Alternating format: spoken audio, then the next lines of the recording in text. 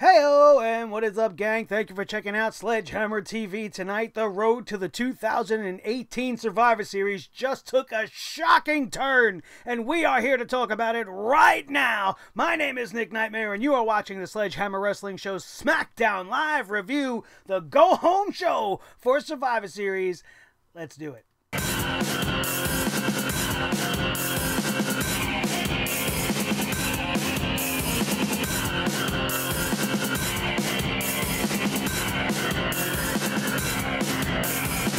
Sledgehammer Wrestling Show.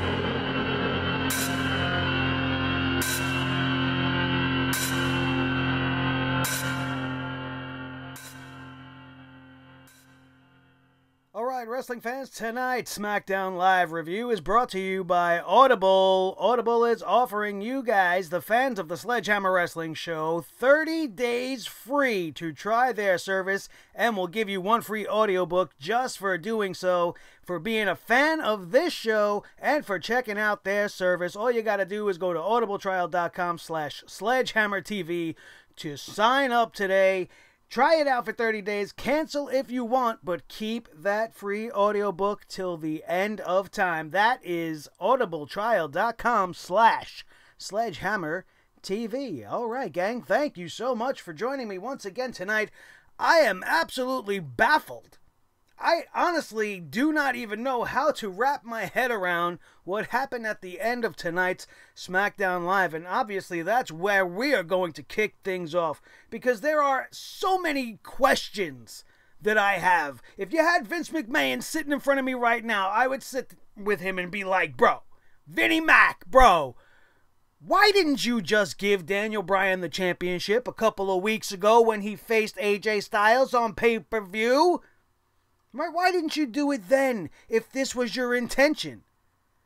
The lack of him doing that makes me believe this was not their intention, and that this somehow just sprung up last minute, which is the WWE's MO. If you watch Monday Night Raw, you know they book that show minute to minute.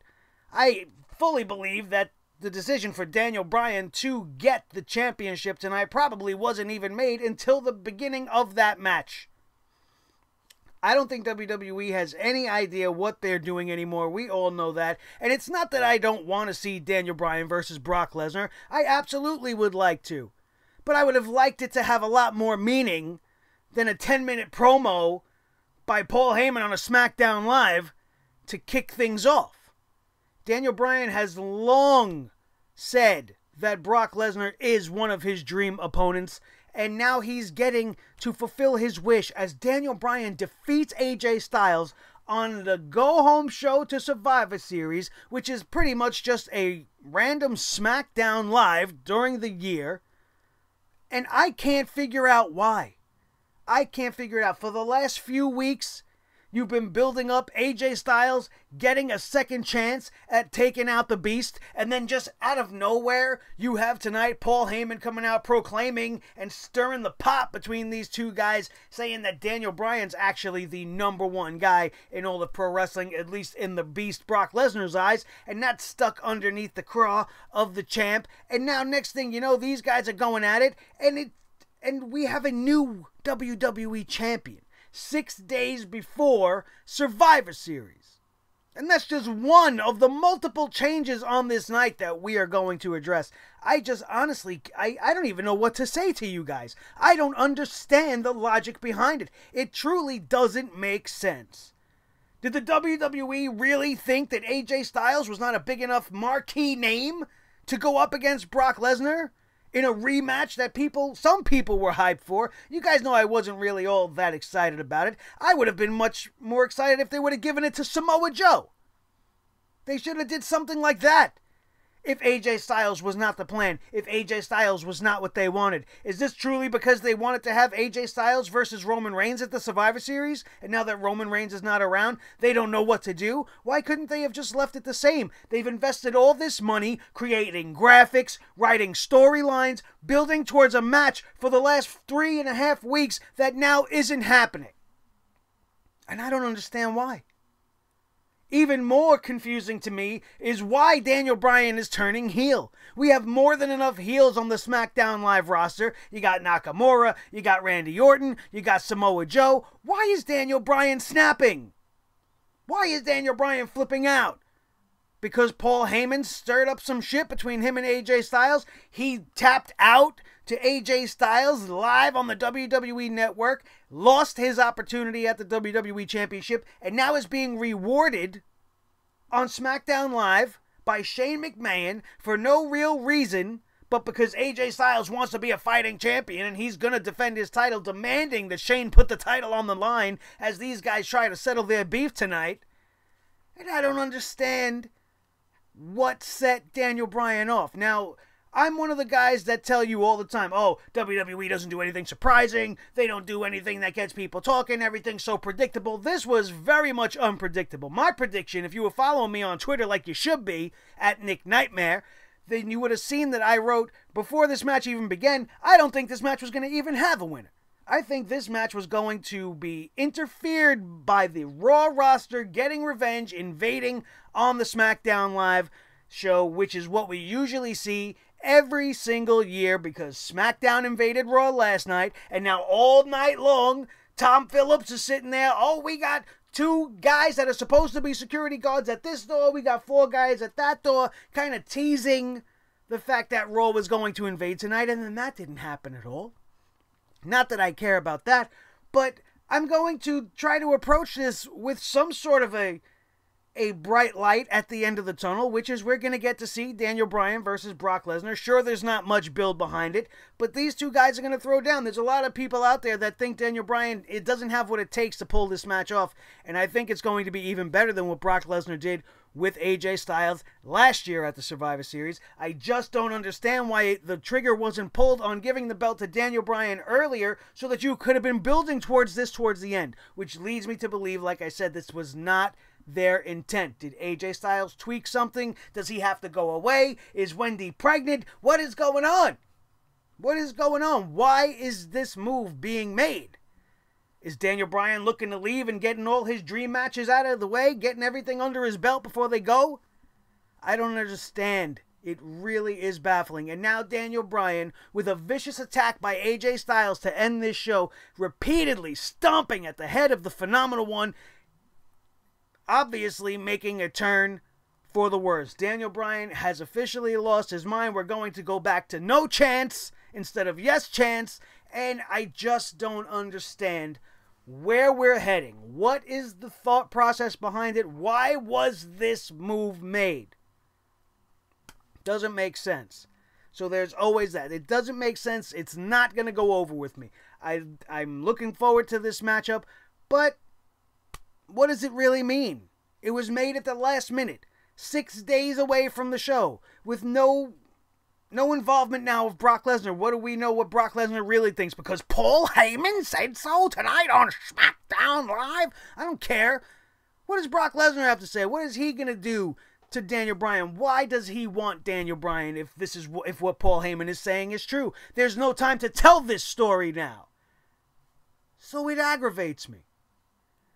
It also aggravates me how the SmackDown Tag Team division was just putting together their team seemingly in the boiler room somewhere. Looked like they were in the back room of the Blue Oyster. You guys know the club I'm talking about from Police Academy? Not a good club to be in if you're a heterosexual male nowadays. But we got the fucking Colognes back there for some reason, probably trying to still sell their timeshare bullshit. Maybe they were sweeping up or cleaning up or packing up a truck or something. I don't know what the hell they're even still doing on SmackDown Live. You got the Good Brothers standing back there, and then you got Sanity, and all 9 of these guys, however many of these guys there were, 7 of these guys, are just standing around in a smoky ass boiler room with blue lighting and really dark, and then you got the Usos coming out. Yo, Usos!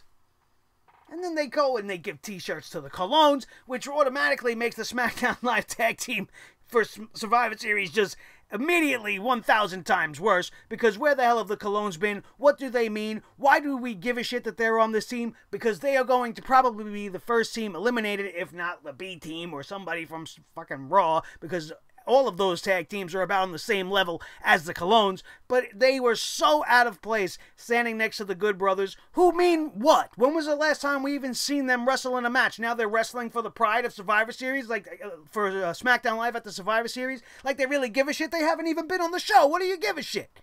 What do you care? Same for Sanity. SmackDown Live has been letting Sanity sit in the back, rot away, do absolutely nothing. And now you give a shit that we're going to war for brand supremacy? Where the fuck was Nikki Cross? You debuted her last week, and now there's nothing? Now there's nothing? Come on, man. That was a joke. What was that whole scene about?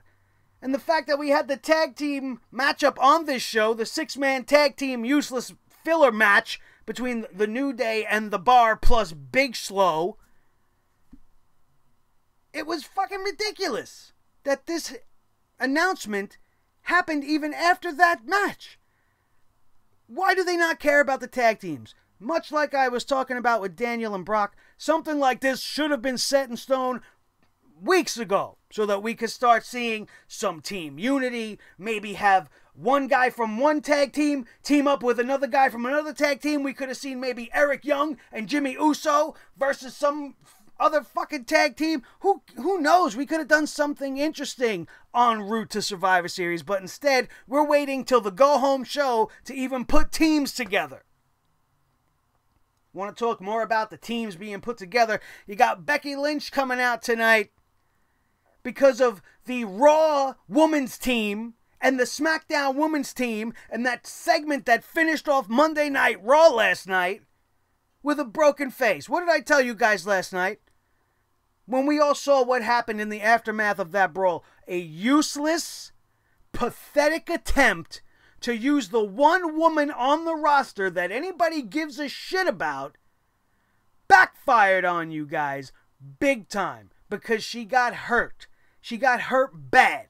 Bad enough to the point where she will not be wrestling this Sunday at the Survivor Series. Losing her spot, a spot that she very well deserves, a spot that she has earned by having to eat shit and sit in Charlotte's shadow all year long. And finally, to come out into the bright light, the man is here to stay, but now the man has to go away, thanks to Nia Jax.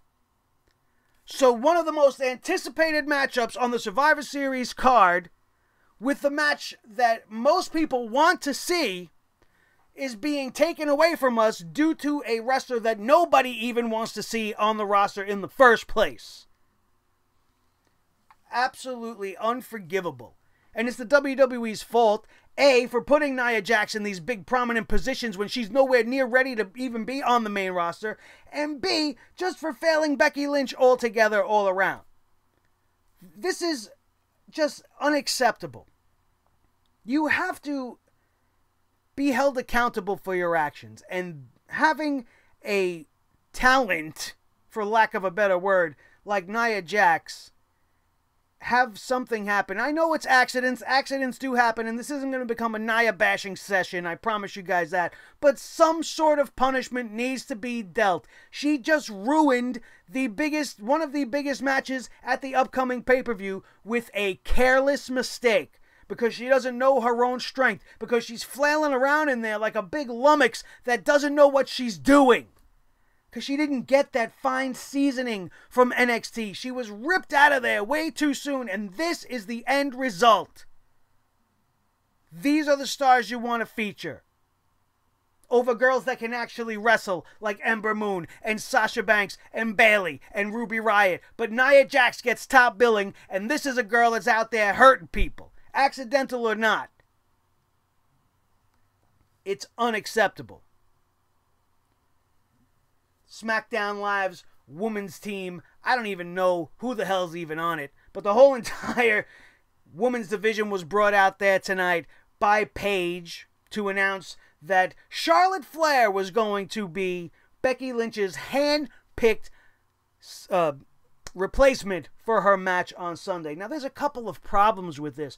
Yes, logically, it makes sense. She's her best friend. She's been to war with her. She's obviously made up with her at the end of this thing. Sure, it can lead to better things down the line, like a 4-horsewoman feud. They have Charlotte and Becky back on the same page, right? So you can tell that story again. But I think it's a little too soon to be counting those eggs right now. While Shayna Baszler is still the NXT Women's Champion, and Marina Shafir and Jessamine Duke just made their NXT debut. They are not coming up anytime soon, and I don't see that happening in a speedy enough time frame for it to be impactful in this moment. Sure, it's something we can go back to when we finally go and have that, if the WWE ever even gives us the 4-horsewoman clash that everybody's looking, the MMA versus WWE thing. And this is a nice little thing they can go back to in their promo packages on the build-up.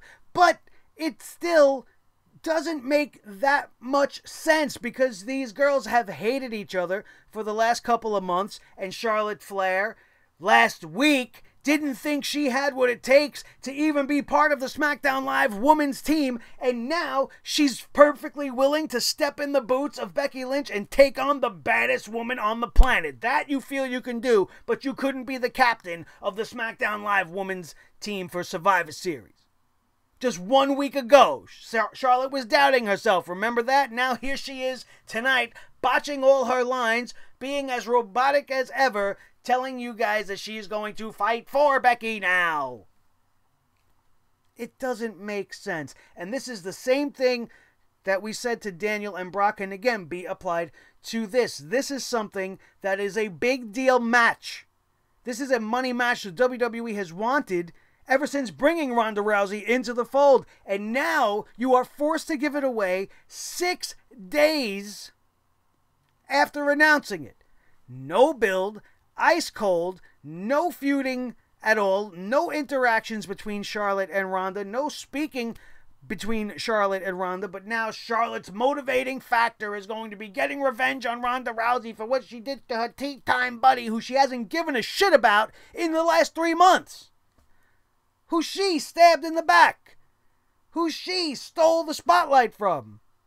And I'm just supposed to jump on board. Oh, they're friends. They used to be friends, and I want to see the 4 horsewomen, so I'm going to be all okay with this. No, I'm not. But when you look at everybody that was in that ring, who else besides Charlotte Flair are you going to do? Are you really going to put Naomi, as talented as she is? Are you going to put her against Ronda Rousey in this situation? No, you are not. Who are you going to put, Carmella? Was she going to dance her to death with her little dance break? No. You going to put Lana in there? Absolutely not. You going to put the Iconics in there? No. Could you put Asuka in there? That's what the crowd definitely wanted if you were listening to crowd reaction. It's what a real wrestling fan would want right now.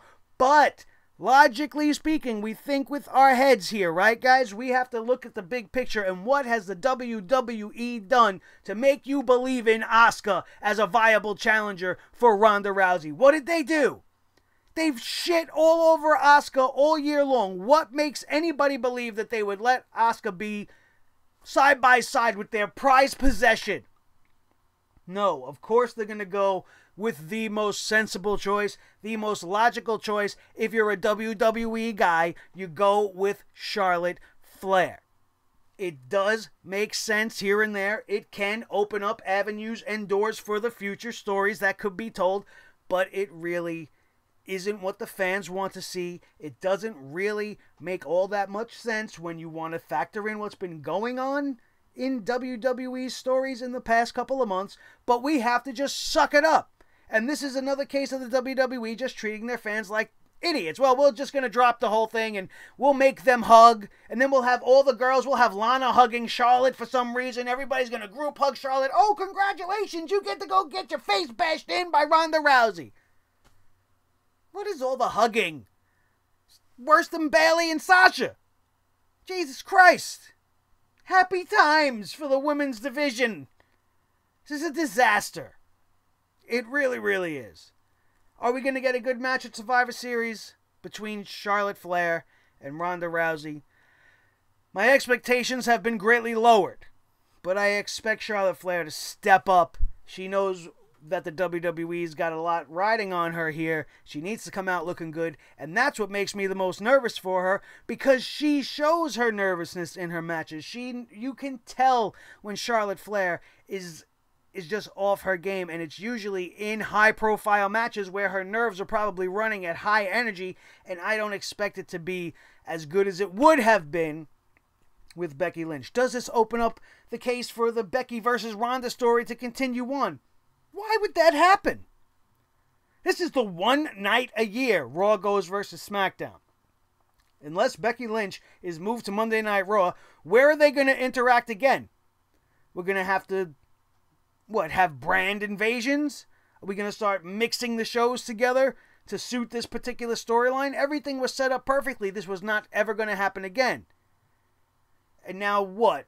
We're going to have Becky versus Ronda at WrestleMania instead of Charlotte versus Ronda at WrestleMania? That's not going to happen. You think the WWE is going to give that moment to Becky Lynch? Look what they put this girl through all year long. The WWE is probably loving that this has happened in a sick, twisted way just for their storytelling purposes. Because now they can go back to where they wanted to be in the first place, which is throwing Charlotte in our face. I don't want to come off as, too nitpicky and being too down on everything, but I was if all of the matches outside of maybe Shinsuke and Seth, Ronda versus Becky was the match I was most looking forward to. And now it's been taken away from us thanks to Nia Jax, and we're getting Charlotte Flair instead. I mean, but what are you going to do, right? We just got to accept it. I don't got to like it, but I'm going to be there on Sunday, and I'm going to watch it, and I'm going to keep my fingers crossed and hope for the best, and hopefully nobody gets hurt. Speaking of Shinsuke Nakamura, I don't even know what the guy said tonight. Okay? They keep putting him in these positions to make him look like an absolute fool. The guy struggles with his English. They're giving him complicated words and phrases that do not lend themselves to the words that he actually can say clearly. The guy can't say Seth Rollins to save his life. I thought he was talking about a whole bunch of other things. I believe he was saying, I think Seth Rollins, but all I heard was, I'm a princess, I think, or I drink sex. I don't know what he was saying. I drink sex, I'm princess. Or I see Seth, I think Seth. Not much of a difference, right? I don't know what he was saying. It's terrible. The amount of dialogue they write for this guy. He should be kept to 1, 2, 3 words that you know he could say. Give him a catchphrase, which you did to break his face. That's all you had to say. Seth Rollins wants to burn it down. Well, I'm going to break his face. Done. Why he had to pull out his iPhone and show Seth Rollins' face and try to say something that I couldn't really make out makes the guy look like a fool. Why Shinsuke Nakamura is not wrestling on a more regular basis. He is the United States Champion, and we're not seeing his title be defended, but we're getting WWE Heavyweight Championship matches booked on a whim. And it doesn't make sense to me. We had absolutely no Rusev tonight. Rusev is definitely in the shitter. We saw fucking Lana tonight, but where was Rusev? In the doghouse. That's where. We saw somebody else in the doghouse for some reason, which I will never understand. Andrade Cien Almas, you guys are going to feel like you're listening to a previous episode. You might feel like we hit the repeat over here, but can you guys in the WWE please give this man a win against a prominent opponent where we could start to rocket launch him to the next level instead of continuing, as I claimed to you guys last week, to treat Almas like the jobber to the fucking stars. You got people from the 90s and the 2000s coming out of nowhere, taking out the shovel and burying this kid.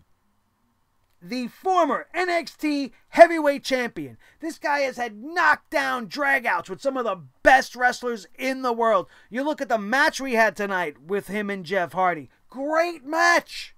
Great match because Andrade is a star. Jeff Hardy is yesterday. Andrade is the future. And we will not build towards the future. We have to live in the past. Giving a win to an absolutely meaningless Jeff Hardy who's going nowhere, who's got nothing to do, no one to run with, and is just lost in the abyss of SmackDown Live. He's not challenging for any titles. He's not teamed with anybody. He's not fighting against anybody, but he's beating Andrade Cien Almas, a guy that has gone toe-to-toe with the heavyweight champion on SmackDown Live on multiple occasions. The former heavyweight champion, AJ Styles, on multiple occasions. He took Daniel Bryan to his limit, but he can't beat Jeff Hardy. We get The Miz versus Rey Mysterio for the 100th time since Rey Mysterio's come back. We just seen this shit at the last Saudi show, the Crown Jewel, and now we got to see it again. The Miz versus Rey Mysterio. Daniel Bryan gets removed from the SmackDown Live men's team because he's a hothead. He can't keep his temper, so he's got to be off. Wouldn't you want a guy like that on your team? You already got Samoa Joe. He's a fucking hothead. You're not going to kick him off the team, but you're kicking Daniel Bryan off the team because he's unstable. AJ Styles ain't part of that team. Why couldn't he have stayed on the team? Now you made The Miz all happy, and now he wants to get rid of Daniel Bryan's pick, so he says, Rey Mysterio, you're out of here. I'm picking Jeff Hardy for my team because he just buried Andrade Cien Almas, another guy that's just like you, Rey Mysterio, so I want you off my team. But Paige stood up for Rey Mysterio. Paige here, Rey Mysterio's got to stay, Miz. If you want him gone, you have to fight him and beat him. So now we get another matchup between these guys. Great. What do you think is going to happen? Of course, Rey Mysterio beats The Miz in very unimpressive fashion. The same exact style, same exact shit that we saw at the Crown Jewel matchup. Nothing new and exciting about this whatsoever. And on this show will go. After this matchup, Rey Mysterio and The Miz, we had Randy Orton come out, try to RKO Rey Mysterio once again. So Rey Mysterio seemingly is Randy's new target. At least that's what I'm going to assume. Rey would escape the clutches of the Viper, and the Viper would turn his attention to The Miz and would let The Miz feel the RKO for himself, leaving him in a pile of rubble in the middle of the ring, and a directionless Randy Orton stands tall over the captain of the Survivor Series team, and I'm asking why? Why? Is Randy Orton going to cost him the match? Is he going to come take Rey Mysterio out of the Survivor Series match altogether anyway? Having The Miz have to get some sort of replacement at the last minute? Who the fuck knows with this company? Everything changes by the second. Never mind the minute. People's minds are being made up on the fly as we go. As you can tell, I didn't really care too much for tonight's show. It had its moments. It had some good wrestling. Like I said, Hardy versus Andrade was a great match with the wrong winner. And AJ versus Daniel Bryan, absolutely fantastic with the exception of the 2 commercial breaks. I would have liked to have seen more. It was so damn good. If I would have been able to see more, I probably would think it was a great match. This was a very good match between these two with the shocking end, and I can appreciate all of that. But the rest of this show and the build towards Survivor Series and the twists and the turns that they just want to keep throwing at us, I could just care less. I really have no excitement towards Survivor Series. Outside of now Shinsuke versus Seth Rollins, and I'm excited to see Daniel Bryan versus Brock Lesnar. I'm not really excited to see Charlotte versus Ronda. And these 5-on-5s that they put together have been so half-heartedly done with absolutely no care at all. And so many people who don't deserve to be on these teams being stationed as the people that represent their respective brands over guys like a Rusev, which I'm going to keep saying it until the sun goes down on Rusev Day, because it's just absolutely terrible that he's not on Team SmackDown. Doesn't make sense. Daniel Bryan with a heel turn days before when he should be part of Team SmackDown, but Shane McMahon's not the one being replaced. We're replacing all these people, not Shane McMahon. Another guy I don't want to see on SmackDown Live, let alone on the friggin' team for Survivor Series. I don't want to see him on the show at all together. We had to see him tonight trying to maintain order, overacting, screaming, acting like a lunatic, trying to keep AJ and Daniel separated. Give me a break. It's all the same stuff. Don't you guys realize they start opening the show with a brawl? They close every show with some sort of a brawl. But we do have at least a decent twist coming at the end of this show. I'm not 100% behind it. Like I told you guys, I don't understand where they're leading. I don't understand why we're going in that direction and what we're doing. But at the very least, it's piqued my interest. We are going to have a heel Daniel Bryan versus a heel Brock Lesnar at Survivor Series. Does it make sense? No. Is it going to be a great match? You bet your ass it probably is. And if we see a 2-minute decimation of Daniel Bryan at the Survivor Series, I am going to laugh my ass off. Because we all already know how bad this company has already been lost. They are a lost cause. And they are trying to put Band-Aids on a leaky raft in the middle of the ocean, which is called the WWE. SmackDown Live is barely afloat. And now they keep poking holes in it, and they're going to have to try to bandage it up before it sinks. Because I don't understand any of the moves that were made tonight on SmackDown Live. Which leads us into this weekend, which is going to be Survivor Series weekend. Let's make this the biggest week ever in Sledgehammer TV history, as we are sitting right now at only 8 subscribers away from that precious 1K. I can feel it. It's like fire in my blood. And it's going to kick off with an awesome wrestling fan like you, who has just learned from sitting through this show that this is the absolute best place to be when you want to talk about professional wrestling. I got the best fans in the world who will lighten up the comment section, as I know you're doing right now. Make sure you guys hit that subscribe button so you do not miss a thing leading into this weekend, because we got it all firing at you on all cylinders. We're getting back to business in a big way. We are going to be covering NXT tomorrow night as we are leading into the War Games pay-per-view Saturday, which we are going to have the preview and predictions up for that on Thursday. We will be doing the preview and predictions for Survivor Series going up Friday. Saturday, we're going to get a little bit of a break for everybody to breathe a little bit so that we can all enjoy the Survivor Series as best we can, and then come back to your favorite channel on YouTube to get my review and reactions, which I am going to debut as a premiere. After we record the show, we're going to upload it and we're going to premiere it, and we are going to watch it with you guys all together. We could chat. You could chat with me. I'll take your questions. We could talk about the Survivor Series, what you liked, what you didn't like. We could talk about anything at all. Just make sure you are there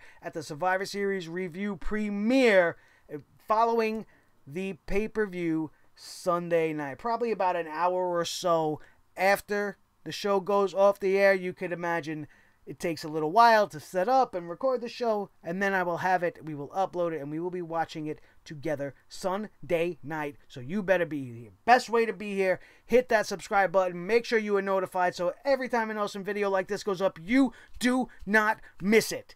And trust me, coming up this weekend, you are not going to want to miss a thing. Also, don't forget to check out everything else. Last night's hammering of Monday Night Raw was absolutely phenomenal. I had a great time, no pun intended. Sorry, AJ, you came out on a short end of the stick tonight. But last night we had a fun time beating the hell out of Monday Night Raw, so if you missed that, go check that out. We started covering NXT last week.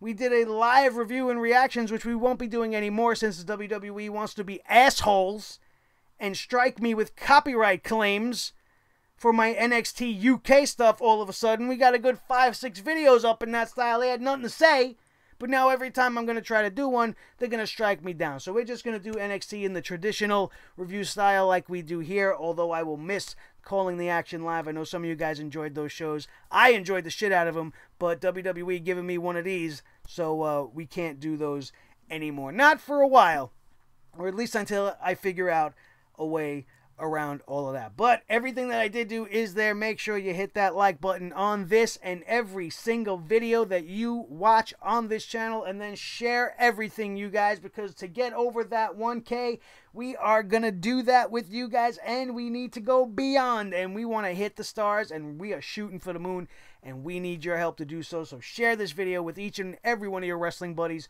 all over the wrestling world, especially if they were shocked as shit with tonight's episode of SmackDown Live, at least as shocked as I was. Who am I? I am Nick Nightmare. This is my team, Thor the Sledgehammer, the wrestling god of thunder, and the official sledgehammer of the Sledgehammer Wrestling Show. and his tag team partner, the World Heavyweight Champion. Of all the microphones in all the world, he wouldn't be getting beat by Daniel Bryan 6 days before a Survivor Series pay-per-view, I'll tell you that. He is Mr. Blue, the Snowball microphone. Thank you guys, as always, for being here with us tonight, and we will see you all weekend long for Survivor Series week festivities.